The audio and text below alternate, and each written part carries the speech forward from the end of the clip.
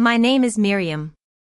I'm sitting in my cozy apartment, sipping a cup of coffee, and looking out at the peaceful street. The sun is shining, and there's a gentle breeze blowing through the trees. It's hard to believe that just a few days ago, my life was completely different. I remember the moment it all started. It was Thanksgiving, and I was at my parents' house. The table was set with a beautiful turkey, and the wine was flowing. Everyone was laughing and having a good time. But as soon as I sat down, I could feel the tension in the air. My father, Mr. Thompson, a strict and domineering man in his late 50s, had always been hard on me. He was a successful businessman, and he expected his children to follow in his footsteps. My brother, Henry, was his golden child. He was smart, handsome, and had a high-paying job. I, on the other hand, was just an ordinary girl working a 9-to-5 job to make ends meet. As I was about to take my first bite, my father's voice cut through the air like a knife. "Get out!" he roared. "Paying bills doesn't make you family." I was stunned. I sat there, a fork trembling in my hand, trying to understand what he had just said. I had been paying the bills for this house for years. I had worked long hours, skipped meals, and sacrificed my own happiness to keep this family afloat. And now, he was telling me I wasn't family? My mother, Mrs. Thompson, a cold and judgmental woman in her early 50s, leaned in and said, "You're just jealous of your brother. Look at him, he's successful. You'll never measure up." Across the table, Henry smirked, polishing his expensive watch. He had never contributed a single cent to this house, yet he acted like he owned the place. I looked at my father's angry face, my mother's cold eyes, and my brother's smug grin.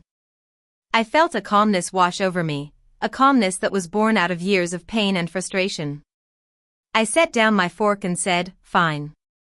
Then let him pay the $12,800. The room fell silent.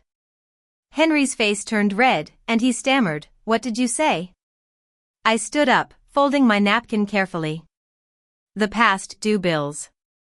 The ones I've been covering every month while you've been bragging about your promotions. If I'm not family, then you handle it."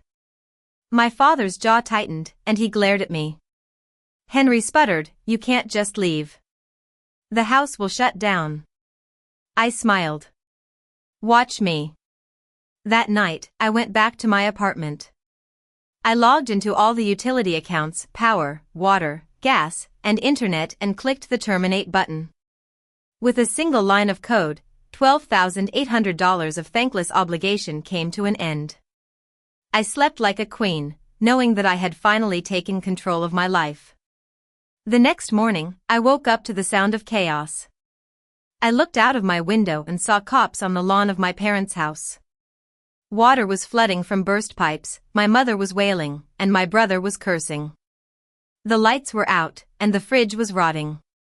Their perfect world had come crashing down. One of the cops approached Henry. "Sir, there's no record of you on the utility contracts. You'll have to set up your own accounts." Henry's face turned purple. "This is my parents' house. That's my room." The officer shrugged. "Legally, you've contributed nothing. It's her name on everything. Do you want it on again? Pay the bill. $12,800. My mother started sobbing harder and grabbed my father's sleeve. "Call her. Call Miriam. Make her fix it." My father's pride was getting in the way, but he knew he had no choice. He dialed my number, his hands shaking. My phone buzzed on my nightstand. I let it ring and ring. By the fourth call, I finally answered. "Yes?" I said, my voice calm. My father's voice was desperate. "Miriam, we need you to fix this. Right now." I smiled. "You told me I wasn't family, and you were right." Then I hung up. The silence that followed was deafening. I sat at my kitchen table, sipping my tea, and feeling a sense of peace.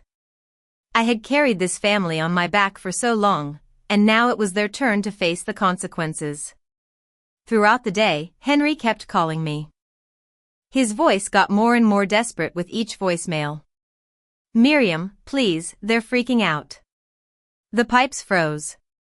The food's rotting. You can't just leave us like this." But I could. I was done being their doormat. I had my own life to live. By mid-afternoon, there was a knock on my door. It was my cousin, Leo. He was my only friend in that family. He was holding a bag of groceries, and there was concern in his eyes. "News travels fast," he said as he stepped inside. I shrugged. "They wanted me gone. I'm gone." Leo set the groceries down. "They're melting down. Your dad's calling everyone, trying to get the utilities turned back on, but no one has $12,800 sitting around. Your brother tried to get a loan. Denied." I didn't flinch. "Good." Leo raised an eyebrow.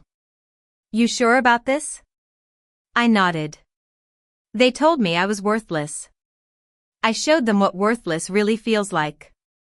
He blew out a breath. "Damn, Miriam." We sat in silence for a while, listening to the ticking of the clock. Eventually, he asked, "What now?" I looked around my warm, quiet apartment.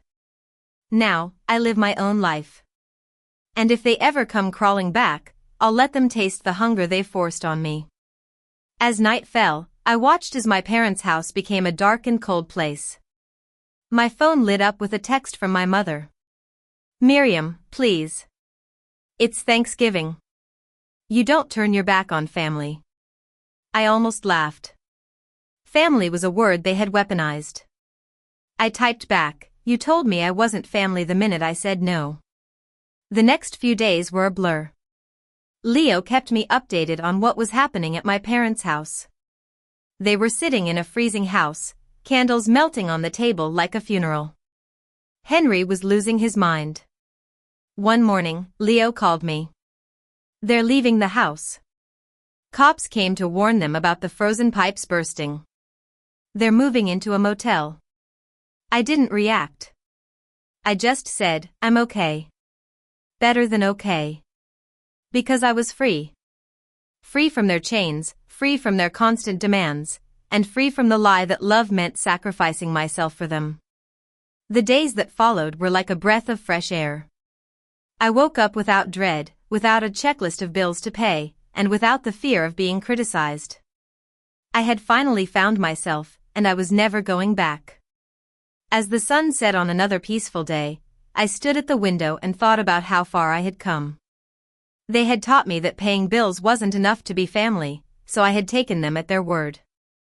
And now, they would live in the darkness they had created, while I stepped into the light I had built for myself.